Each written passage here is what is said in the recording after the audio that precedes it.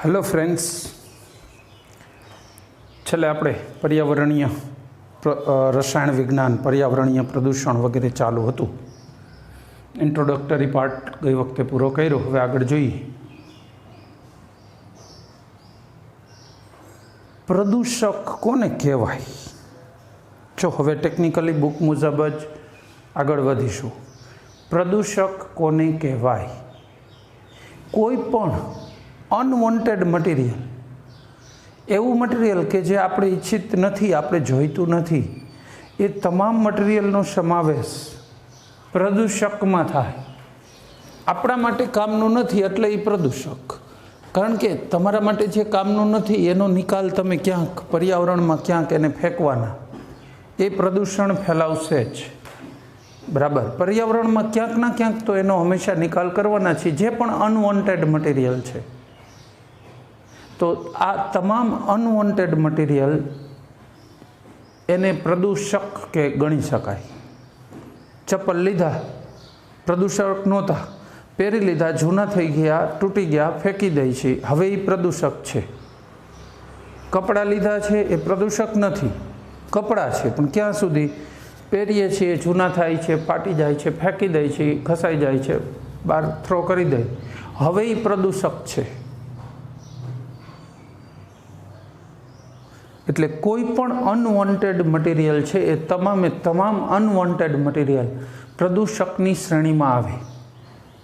नवुं TV लीधुं एटले box packing में आव्युं, a box हतुं पण क्यां सुधी तमे वापर्युं त्यां सुधी। टीवी काढी लीधुं, फिट करी दीधुं, बॉक्स ने बहार फेंकी आव्या, तो ए प्रदूषक छे।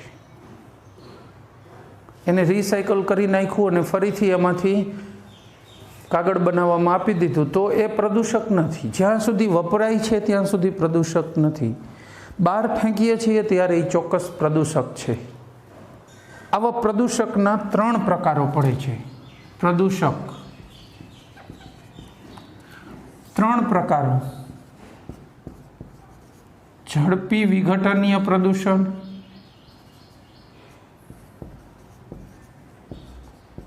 प्रदूषक झड़पी विघटनीय प्रदूषक, धीमा विघटनीय प्रदूषक,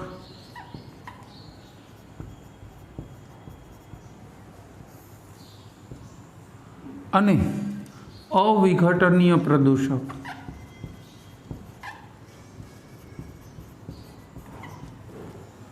बराबर, त्रणेयने जरा समझवानी कोशिश करिए।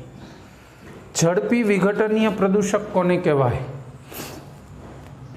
दाखला तरीके वेजिटेबल वेस्ट। आपड़ा घरे बपोરના જે જમ્યા છે, વેસ્ટેજ વધ્યું છે, બહાર ફેંકી છે, તો એ ઝડપી વિઘટનીય છે। દાળ ભાત વધ્યા છે, બહાર ફેંકી દીધા। કોઈ પ્રાણી ખાઈ ગયું તો વાંધો નથી, નથી ખાધું એ આજુબાજુમાં થોડા ઘણા હાલો ને, તમે બહાર ક્યાંય કુંડીમાં નાખ્યું, ગાયે ખાધું છતાં આજુબાજુમાં થોડા ઢોરાણા, तो ए बधा झड़पी विघटनीय है। महीना पछी अँ देखाशे कि आ पहली तारीखना दाळ भात, आ बीजी तारीखनु करेलानु शाक, आ त्रीजी तारीखनी दाळ नहीं देखाय। एनु विघटन विधिन अ वीक थई जशे, विधिन अ वीक।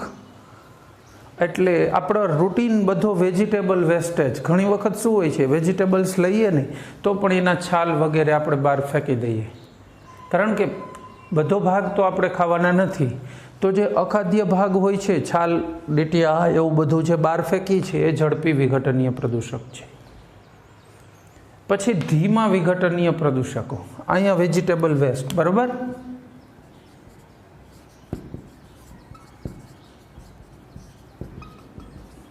पछी धीमा विघटनीय प्रदूषको एग्री वेस्ट।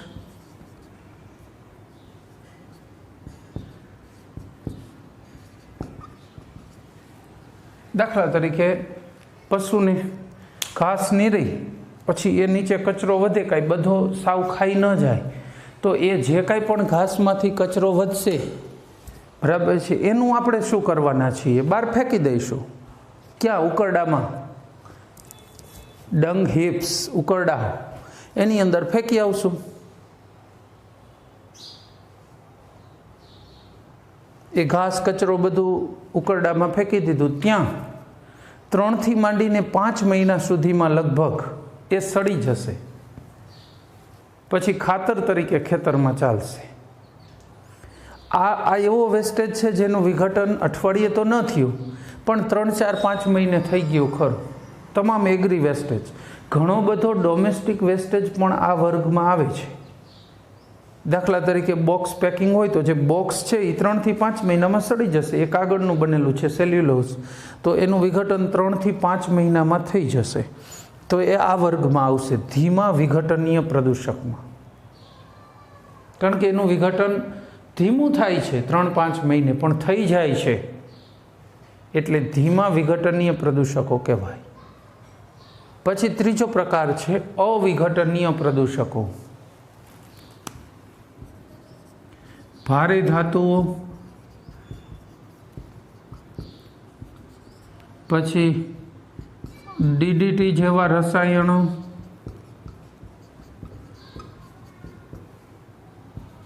પછી રેડિયો સક્રિય પદાર્થો, પછી મકાનનો કાટમાળ,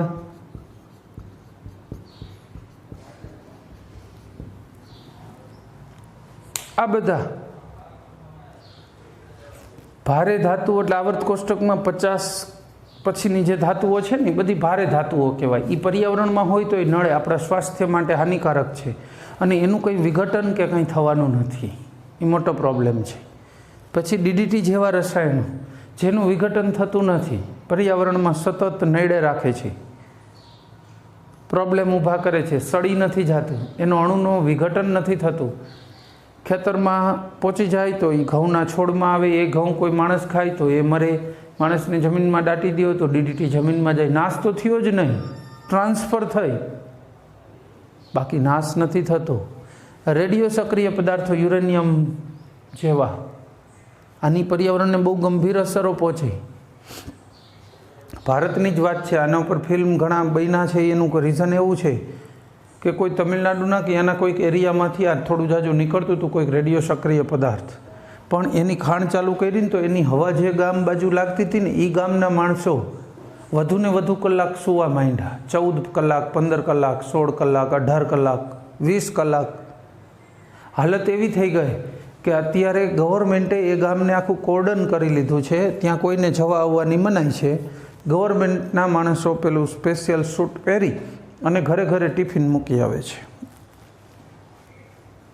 એ માણસ જાગે ત્યારે ટિફિનમાંથી ખાઈને પાછા સૂઈ જાય છે. ખાવા પૂરતા જ જાગે જ ખાલી. આટલા બધા કલાક સૂવા માંડ્યા છે. આ પ્રોબ્લેમ છે. પછી જોકે માઇન્સે બંધ કરી દીધી, બધું બરાબર, પણ એની અસર તો ઘણી બધી આવી. એ માણસોની તો લાઈફ પતી ગઈ. મકાનનો કાટમાળ, પ્લાસ્ટિક પદાર્થો,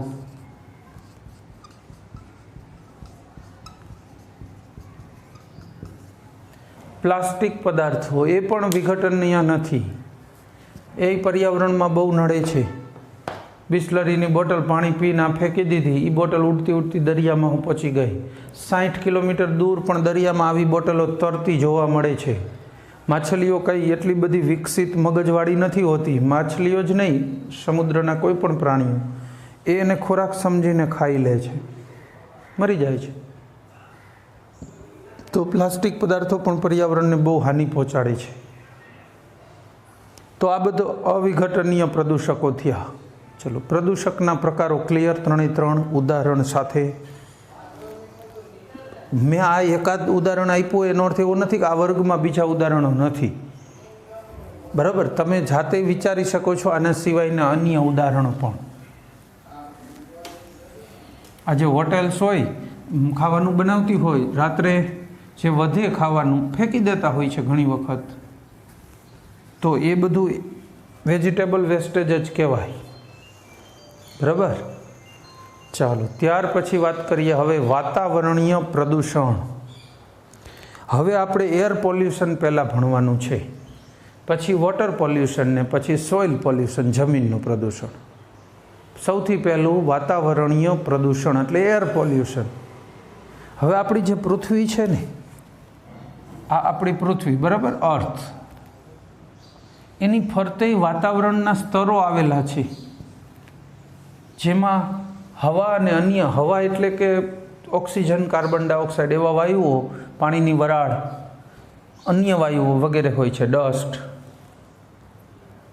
અમુક કિલોમીટર પછી જોવો તો વળી આવું બીજું સ્તર હોય. બે સ્તરની ઘનતા અલગ અલગ હોય છે. મતલબ વાતાવરણ આવા સ્તરોનું બનેલું છે. આવા સ્તર તો 3-4 છે, આપણે બધાય નથી ભણવા. આપણે ખાલી 2 જ સ્તરની વાત કરવી છે. એક એવું સ્તર જે પૃથ્વીની સપાટીથી 10 કિલોમીટર સુધી ફેલાયેલું છે. પૃથ્વીની સપાટીથી 10 કિલોમીટર, એને ક્ષોભ આવરણ કહેવાય. ક્ષોભ આવરણ, બરાબર. કેટલેથી કેટલા કિલોમીટરની રેન્જ કીધી મેં? 0 થી માંડીને 10 કિલોમીટર પૃથ્વીની સપાટીથી. ક્ષોભ આવરણ, ટ્રોપોસ્ફિયર ઇંગ્લિશમાં. બંને શબ્દો યાદ રાખવાના છે.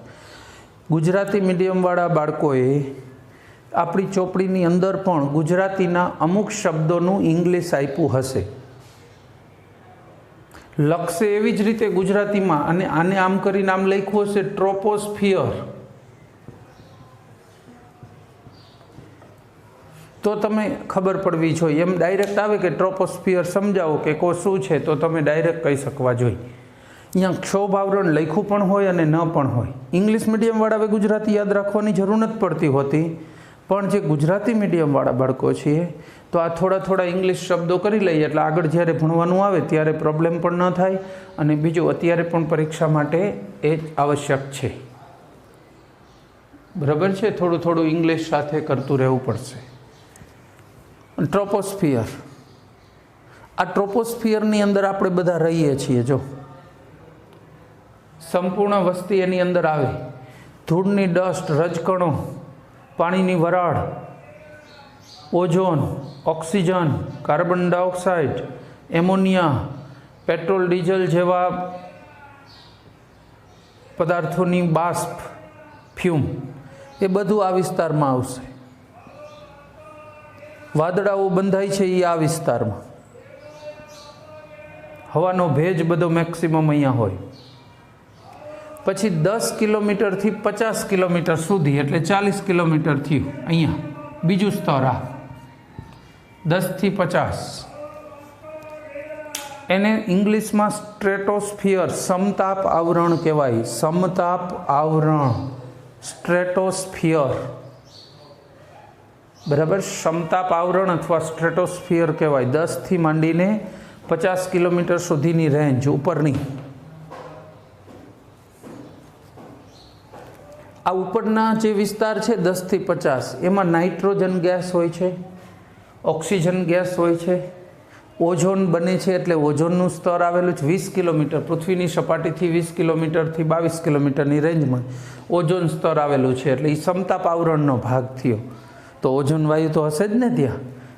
જો સમતાપ આવરણમાં ઓઝોન વાયુ હોય તો એ સારી વાત છે. એ ઓઝોન સૂર્યપ્રકાશના પારજાંબલી વિકિરણોને શોષી લે છે 99.5%, એટલે લગભગ બધા.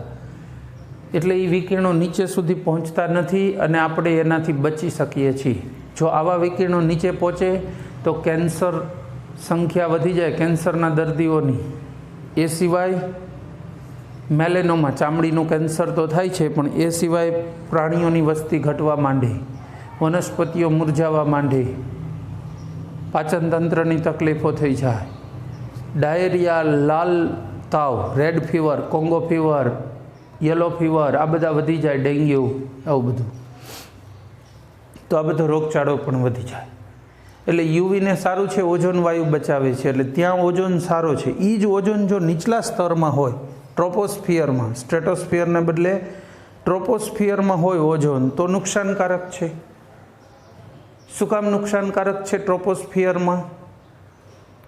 તો ટ્રોપોસ્ફિયર જે છે એ નીચલું લેવલ છે. જો અહીંયા ઓઝોન હશે તો અહીંયા યુવી કિરણોનું શોષણ કરશે. નીચલા લેવલમાં યુવી કિરણોની માત્રા વધારે તો આપણા માટે હાનિકારક છે. એટલે ઉપરના વિસ્તારમાં ઓઝોન વાયુ છે એ સારું છે, ઇટ્સ ઇન અવર બેનિફિટ, કે એ આની માત્રા ઘટાડી દઈએ યુવી કિરણોની તો આપણા માટે સારું, ફાયદાકારક છે. પણ નીચલા સ્તરમાં આવીને જો આ જ કામ કરશે તો આપણા માટે જોખમી રહેશે. એટલે ઓઝોન નીચેના સ્તરમાં પ્રદૂષક ગણાય, એ જ ઓઝોન ઉપર જાય તો પ્રદૂષક નથી. મેં કીધું ને કે જે કપડું પહેરીએ છીએ તો એ પ્રદૂષક નથી, પણ બહાર ફેંકી દઈએ તો એ જ કપડું પ્રદૂષક બની જાય છે. કામ ઉપરથી ડિપેન્ડ થાય. બરાબર. આ પારજાંબલી યુવી કિરણો એને શોષી લઈએ તો એ આપણા માટે ખૂબ જ સારું કામ કરી રહ્યા છે. બરાબર છે. ઈચ્છીએ કે એમનું કામ ચાલુ રાખે. બરાબર. આપણે આગળ વાત કરીએ. ચલો,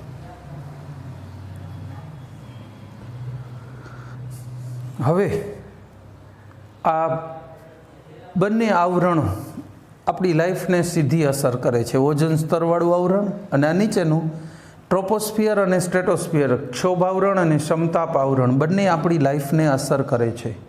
એટલે આ બંનેનો અભ્યાસ કરીએ એટલે પર્યાવરણનો અભ્યાસ આવી ગયો, મતલબ વાતાવરણનો અભ્યાસ આવી ગયો. પછી પર્યાવરણમાં તો વાતાવરણ, પાણી બધું આવે એટલે પછી પાણીનો અભ્યાસ કરીશું. એમ બધા સ્તરો નથી ભણવા જેની આપણી લાઈફને અસર. 50 કિલોમીટરની ઉપરના એરિયામાં કંઈક આવેલું હશે તો એ આપણને એટલું કંઈ નડવાનું નથી. બરાબર છે. એટલે એનો અભ્યાસ આપણે નથી કરી રહ્યા કે પૃથ્વીની સપાટીથી 50 કિલોમીટરના ઉપરના અંતરે આવેલ, પછી ભલે નહીં પ્રદૂષક હોય તો પણ ઉપરના અંતરનો પ્રદૂષક આપણને એવી કાંઈ ઇફેક્ટ આપવાનો નથી. એટલે એના વિશે વધુ સ્ટડી કરતા પણ નથી. બરાબર છે. તો આપણે અત્યારે આટલો સ્ટડી ચાલુ કરીશું આ 2 સ્તરનો. એક સ્તરનો આજે કે ચાલુ કરી દઈએ, એક સ્તર આવતી વખતે, એટલે 2 સ્તર થઈ જાય ને, જેટલો થાય એટલો. ચલો, ક્ષોભ આવરણીય પ્રદૂષણ. હવે આપણે આ ચાલુ કરી દઈએ. આમાંથી એક જ સ્તર.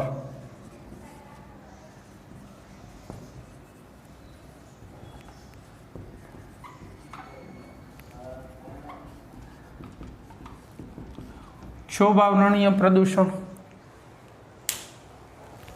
હવે આમાં 2 પ્રકારના પ્રદૂષકો હોય છે, એક વાયુ પ્રદૂષકો અને એક રજકણ પ્રદૂષકો. વાયુ પ્રદૂષકો એટલે વાયુઓ જે વધારાના છે, બધા જે પણ વાયુઓ છે એની વાત છે. ઓક્સિજન સિવાયનો, આપણા માટે ઓક્સિજન કામનો વાયુ છે. એ સિવાયના sulphur dioxide, sulphur trioxide, nitrogen dioxide, nitrogen trioxide, carbon monoxide, carbon dioxide એટલે કાર્બન, નાઇટ્રોજન અને સલ્ફરના ઓક્સાઇડ. પછી એ સિવાય ઓઝોન, પછી હાઇડ્રોકાર્બન એટલે પેટ્રોલ ડીઝલ બાષ્પ રૂપે, વાયુ રૂપે. તો એ બધા વાયુ પ્રદૂષકો થયા. આ બધા ક્ષોભ આવરણના વાયુ પ્રદૂષકો કહેવાય. આપણે ભણીએ એ બધા વિશે ભણવાનું જ છે ક્રમશઃ આજે જ. ત્યાર પછી રજકણ પ્રદૂષકો, એને આપણે પછી ભણીશું. ધૂળ, ધુમ્મસ, ધૂમ્ર ધુમ્મસ, એ બધા રજકણ પ્રદૂષકો છે. ધૂળ, ધુમાડો, ધુમ્મસ, ધૂમ્ર ધુમ્મસ, આ બધા એના વિશેની ચર્ચા આપણે આવતા લેક્ચરમાં લગભગ ત્યાં પહોંચી જઈશું. બરાબર છે. હવે આગળ વાત કરીએ. વાયુમય હવા પ્રદૂષકો. આની અંદર 2 પ્રકાર આપણે કીધા હતા ને. કયા 2 કીધા હતા? એક વાયુમય પ્રદૂષકો અને બીજા રજકણ પ્રદૂષકો.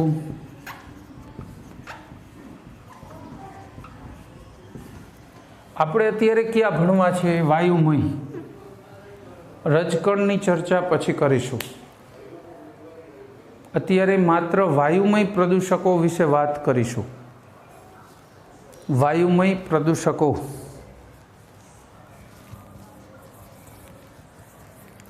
વાયુમય પ્રદૂષકો સૌથી પહેલાં ચાલુ કરીએ સલ્ફરના ઓક્સાઇડ, SOX. SOX એટલે એમાં SO2 અને SO3 બંને આવી ગયા કહેવાય. X લખીએ એટલે આ સંયોજનો બને છે કઈ રીતે, આની અસરો શું થાય એ ચર્ચા કરવાની છે. સલ્ફરવાળું કોઈ પણ અશ્મિજન્ય બળતણ હોય, અશ્મિજન્ય એટલે કોલસો જમીનમાંથી નીકળતો હોય, પેટ્રોલ ડીઝલ એ પણ અશ્મિજન્ય બળતણ જ છે. જેમાં સલ્ફર આવેલું હોય એવા આવા કોઈ પણ બળતણનો કોઈ પણ હેતુથી ઉપયોગ કરો, ઘરે રસોઈ બનાવવા માટે હોય કે પેટ્રોલ ડીઝલ તરીકે વાહનોમાં ઈંધણમાં ઉપયોગ કરવાનો હોય, પણ આવા સલ્ફરયુક્ત અશ્મિજન્ય બળતણોનું દહન કરીએ તો એમાંથી SO2 અને SO3 બને, બરાબર છે। જ્યારે દહન પ્રક્રિયા થાય છે ત્યારે તો મોટા ભાગે SO2 જ બને છે, પણ આ SO2 છે ને બન્યા પછી વાતાવરણના O2 સાથે પ્રક્રિયા કરીને SO3 બનાવે છે।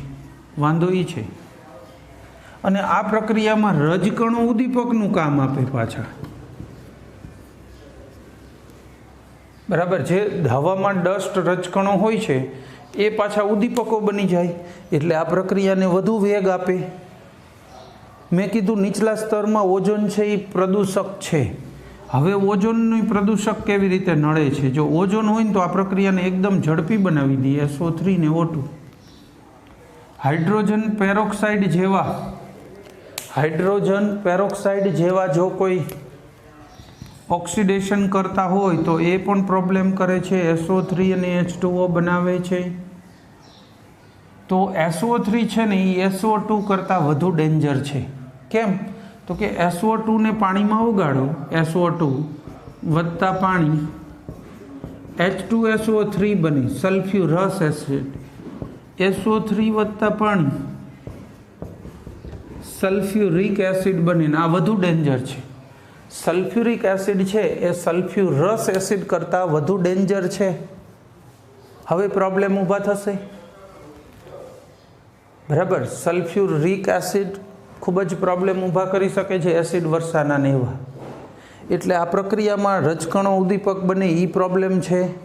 આવા ઓઝોન અને H2O2 હાઇડ્રોજન પેરોક્સાઇડ, અને હાઇડ્રોજન પેરોક્સાઇડ કહેવાય, પેર ઓફ ઓક્સિજન, ઓક્સિજનની જોડી છે।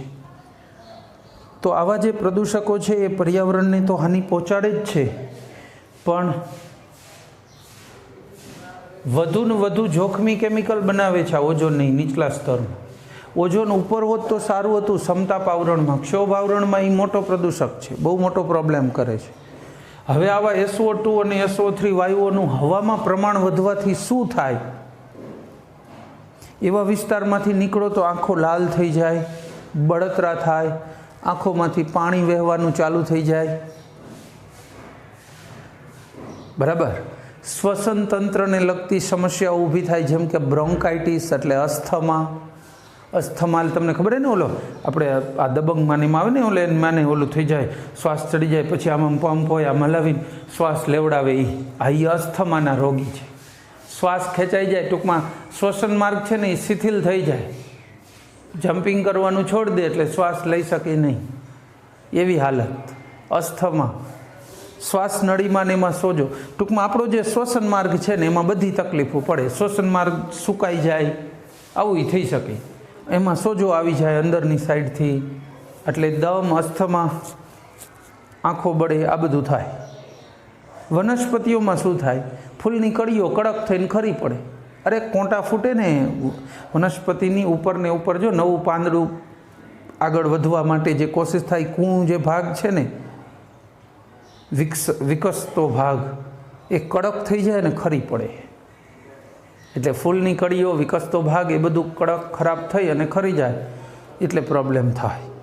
તો વનસ્પતિઓને પણ SOx થી પ્રોબ્લેમ છે, અને જો એમાં વરસાદ વરસે તો આ પાછું સલ્ફ્યુરિક એસિડ રૂપે નીચે વરસે તો એસિડ વર્ષા। એસિડ વર્ષાની ચર્ચા આપણે અલગ કરી દઈશું।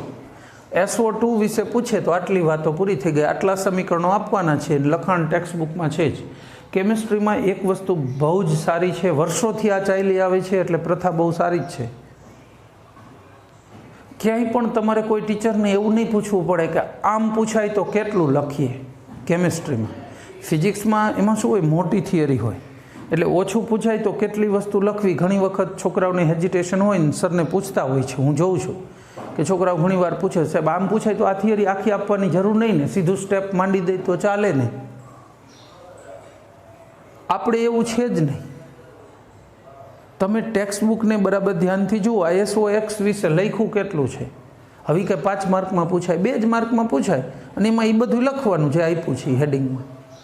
માની લો કે 3 માર્કનો પ્રશ્ન પૂછવો છે, તો જે 3 માર્કવાળું જાજુ છે એમાંથી જ પૂછશે કે CO2નું પ્રદૂષણ, એના વિશે સમજાવો, CO2ના પ્રદૂષણ વિશે, તો એ હશે જ થીમ જાજી ઓટોમેટિક, બરાબર। એટલે એટલા માર્કની હોય એ જ એમાં પૂછાય. એટલે એ પ્રશ્ન ઓછો નડે છે છોકરાઓને કે ભાઈ કેટલું લખીશું, આમાં કેટલા માર્કમાં પૂછાય તો કેટલું લખવું, એ કોઈ પ્રશ્ન નથી.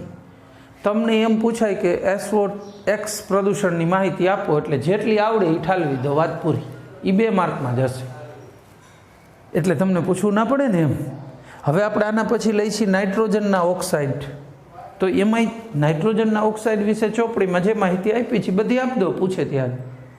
કટ કરવાનું કે શું કાઢવું કે નાખવું કે એવો પ્રશ્ન જ નથી આવતો બહુ. દાખલાઓ પણ એવા જ. આમ પૂછાય તો અડધે સુધી પૂછાય ને એવું કંઈ છે નહીં. આપણા દાખલા નાના નાના 2-2 માર્કમાં પૂછાય. જે ચેપ્ટરના જે મોટા દાખલા એ 3માં પૂછાય, વાત થઈ પૂરી. 4 માર્કમાં રેડોક્સની પ્રક્રિયા બેલેન્સ કરવાની પૂછાય. 7 સ્ટેપ છે પણ ઇઝી છે. તો એ રીતે એમ એટલે 7 સ્ટેપ કરવાના જ હોય. એટલે તમારે કેમિસ્ટ્રીમાં શું પૂછાશે, કેટલું તૈયાર કરીએ એની ચિંતા છોડી દો સાવ. અને ટેક્સ્ટ બુકમાંથી ટોપિક બાય ટોપિક વાંચો. ઘણા લોકોને નાના ધોરણથી નવનીત અને અપેક્ષિત ને એમાં બધે ટેવ હોય છે તો એ છોડ દો. 11-12 સાયન્સ માટે ટેક્સ્ટ બુક મેન્ડેટરી છે, મતલબ ફરજિયાત છે, એમાંથી રિફર કરો. હું જ્યારથી ભણાવું છું ત્યારથી હંમેશા ટેક્સ્ટ બુકને મહત્ત્વ આપું છું. અને એ જ કારણ છે કે મારા વિદ્યાર્થીઓ 100માંથી 100 સુધી ઘણા બધા દર વર્ષે 2, 3, 4 કોઈના કોઈ પહોંચે છે. અગર તમને પહોંચવું છે તો બી કેરફુલ. ટેક્સ્ટ બુકને પ્રિફર અને રિફર કરો. જે બાળકને ખબર હોય ને કે ટેક્સ્ટ બુકના 110માં પેજ અહીંયાથી આ ચાલુ થાય છે એ બેસ્ટ. ગોખવાની વાત નથી. તમે એટલું બધું વધુ વાંચ્યું હોય કે તમને એમનેમ યાદ રહી ગયો હોય. બેસીને યાદ નથી કરવાનું કે આ થિયરી કેટલામાં પેજે આવી છે.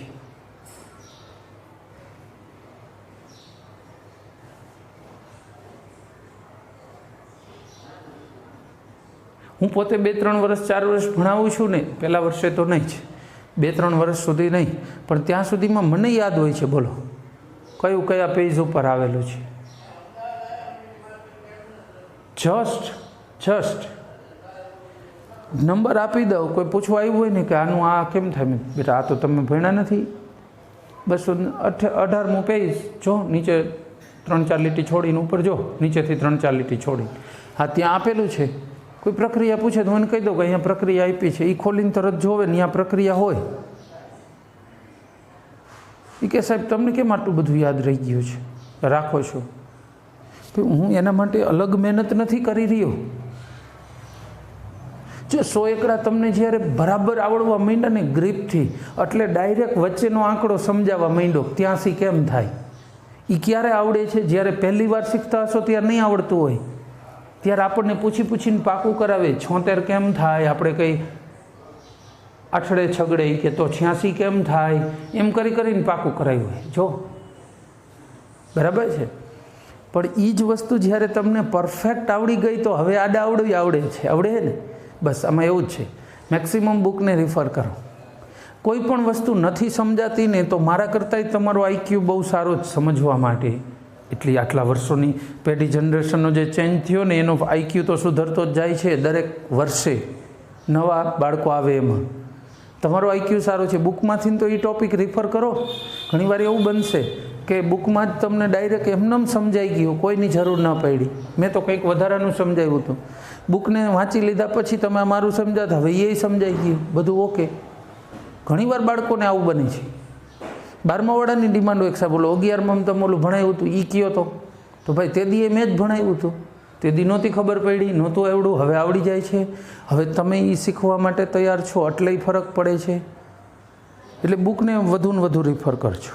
બરાબર છે. અને કેટલું લખવું આ પ્રશ્નમાં એની કોઈ ચિંતા નહીં. બુકના ટોપિક વાઇઝ તૈયાર કરો. દરેકના હેડિંગ આપ્યા છે, એ હેડિંગમાં નીચે જેટલું લખ્યું પૂછાય તો એટલું લખવાનું થાય. That's all. એ એટલા જ માર્ક મુજબ પૂછાય છે. કેમિસ્ટ્રીનું પેપર કાઢવાની રીત ફાત જ એવી છે કે ભાઈ 2 માર્કના પ્રશ્ન પૂછવા, હા તો આટલા ચેપ્ટરમાં આટલા છે, એ બધા 2-2 માર્કમાં પૂછાય. આ બધા 3 માર્કમાં, આ બધા 4 માર્કમાં, વાત થઈ પૂરી. એમ નથી કે 4 માર્કવાળો પ્રશ્ન 2માં પૂછી નાખો, છોકરાઓ એમાંથી આટલું લખે એમ. એવી સિસ્ટમ જ નથી પાડેલી. બહુ ક્યારેક એકાદ પ્રશ્નમાં ક્યાંક જોવા મળે, બહુ રેર કેસમાં. એ બોર્ડમાંય કહું છું, અત્યારે જેમ નહીં, 12માં પણ. એટલે ડોન્ટ વરી કે તમને એના માટે તકલીફ થશે. ચલો આપણે જોઈએ નાઇટ્રોજનના